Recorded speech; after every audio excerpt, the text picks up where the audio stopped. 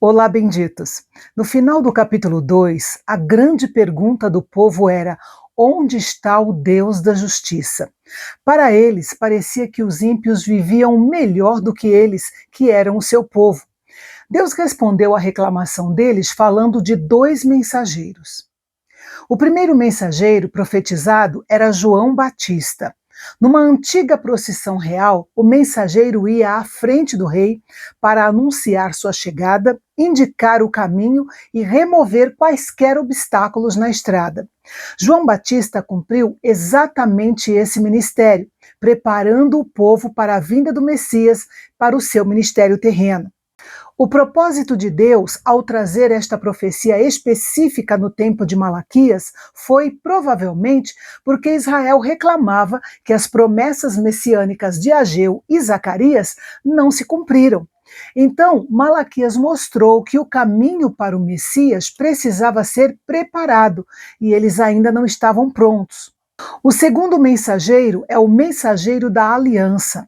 Ele não seria apenas mais um profeta, mas sim o próprio Jesus Cristo, o Messias, que viria para cumprir a antiga aliança e instituir a nova aliança. Na primeira parte do versículo, o profeta se refere à primeira vinda de Cristo em graça e misericórdia. Mas na segunda parte do versículo, ele fala da sua segunda vinda para julgamento. Como a maioria dos profetas do Antigo Testamento, Malaquias, em sua descrição, misturou os dois eventos. Quando Cristo vier em sua segunda vinda, ele provará que Deus é justo ao purificar seu povo e julgar os pecadores rebeldes. Ele se sentará como um refinador e purificador de prata. A beleza desta imagem é que o refinador mantinha os olhos fixos no forno e sabia que o processo de purificação estava completo e a escória toda queimada, quando podia ver sua imagem claramente refletida no metal fundido. Nos dois primeiros capítulos de Malaquias, o Senhor se pronunciou contra a corrupção do sacerdócio. Com a vinda do Messias, o julgamento começaria. Não o julgamento sobre os gentios, mas o julgamento sobre os membros ímpios de Israel, pois o julgamento deve começar pela casa de Deus, sobre aqueles que pecaram primeiro. O julgamento do povo em geral viria em seguida. A lista dos pecadores do versículo 5 nos dá uma ideia do tipo de coisas que estavam ocorrendo no tempo de Malaquias e que ocorrerão no fim dos tempos, todas elas contrárias à lei de Deus. Se Deus quisesse mudar de ideia sobre nós, ele poderia muito bem fazer isso e nós seríamos consumidos. Felizmente, o Senhor não muda. O seu amor imutável por Israel deveria tê-los tornado mais obedientes e submissos a ele, mas eles abusaram da fidelidade e da paciência do Senhor. Mesmo assim, o Senhor os convidou a voltar para ele através do arrependimento e da mudança de conduta. Só assim eles seriam perdoados, aceitos e abençoados por Yahvé. Mas eles insistiam que não sabiam como voltar, mostrando sua total hipocrisia. Eles não tinham consciência nem remorso pelos seus pecados, portanto, não sentiam necessidade de se arrepender. Nos versículos 8 a 12, o Senhor acusa o seu povo de roubo. Ora, o que alguém poderia roubar de Deus? O Senhor explicou que eles o roubavam quando retinham os seus dízimos e as suas ofertas. Deus chamou isso de roubo porque eles tomaram posse ilegal do que pertencia a Deus. Na verdade, tudo que temos pertence a Deus. Quando devolvemos o dízimo a Ele, que é 10% da nossa renda ou bens, os 90% restantes não são nossos para fazermos o que quisermos. Na realidade, Deus nos permite administrar diretamente os 90% restantes. A lei de Moisés tinha um sistema detalhado de doações baseado no dízimo. Como o povo de Deus não deu dízimos e ofertas como era ordenado, Deus não os abençoou. Muitas pessoas enfrentam problemas financeiros porque deixam de fazer a coisa mais importante primeiro, obedecer e honrar a Deus com seus recursos. Quando colocamos Deus e o seu reino em primeiro lugar, ele promete suprir nossas outras necessidades.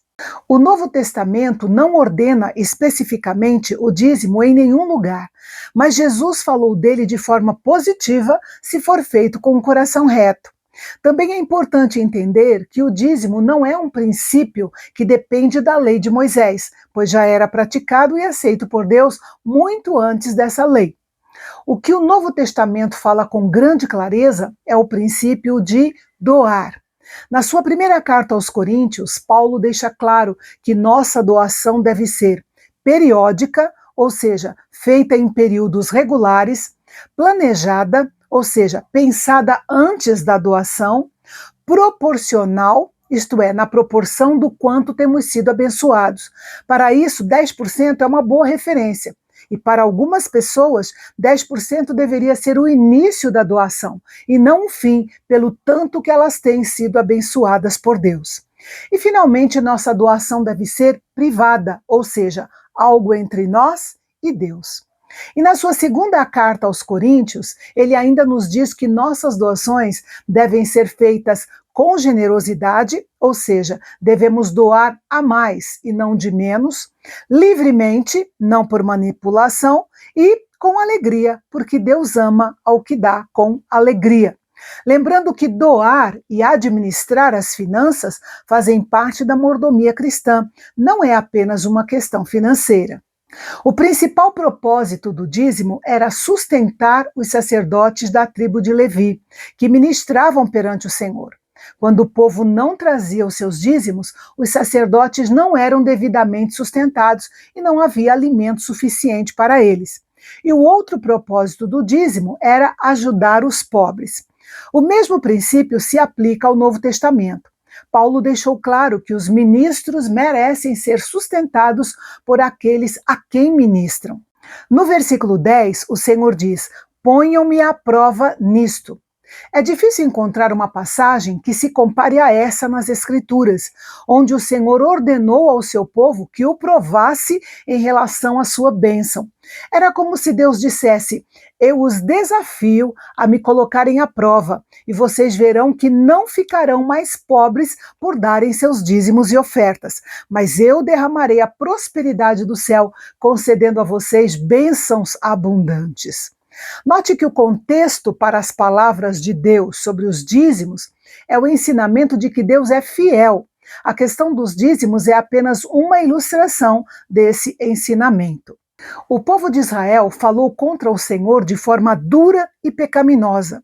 Eles viram a prosperidade dos ímpios e sentiram que era inútil servir a Deus, enquanto aqueles que não o serviam pareciam viver muito melhor.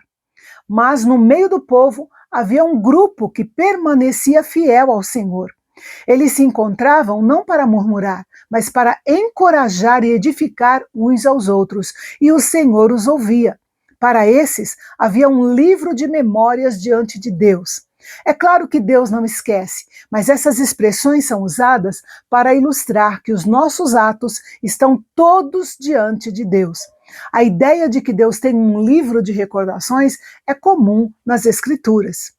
Esse grupo de fiéis tinham a promessa de ser um tesouro peculiar para Deus, aquilo que ele valorizava como sua possessão especial. Ele prometeu poupá-los no dia mau, quando todos veriam a diferença entre o justo e o ímpio. Mas as bênçãos prometidas para esse grupo de fiéis não paravam por aí. No próximo capítulo, nós veremos que o Senhor tem mais das suas ricas promessas reservadas para aqueles que eram fiéis a Ele. Não perca o último capítulo da nossa minissérie aqui no Canal Bendito, o nosso canal de Fala Fácil. Até lá!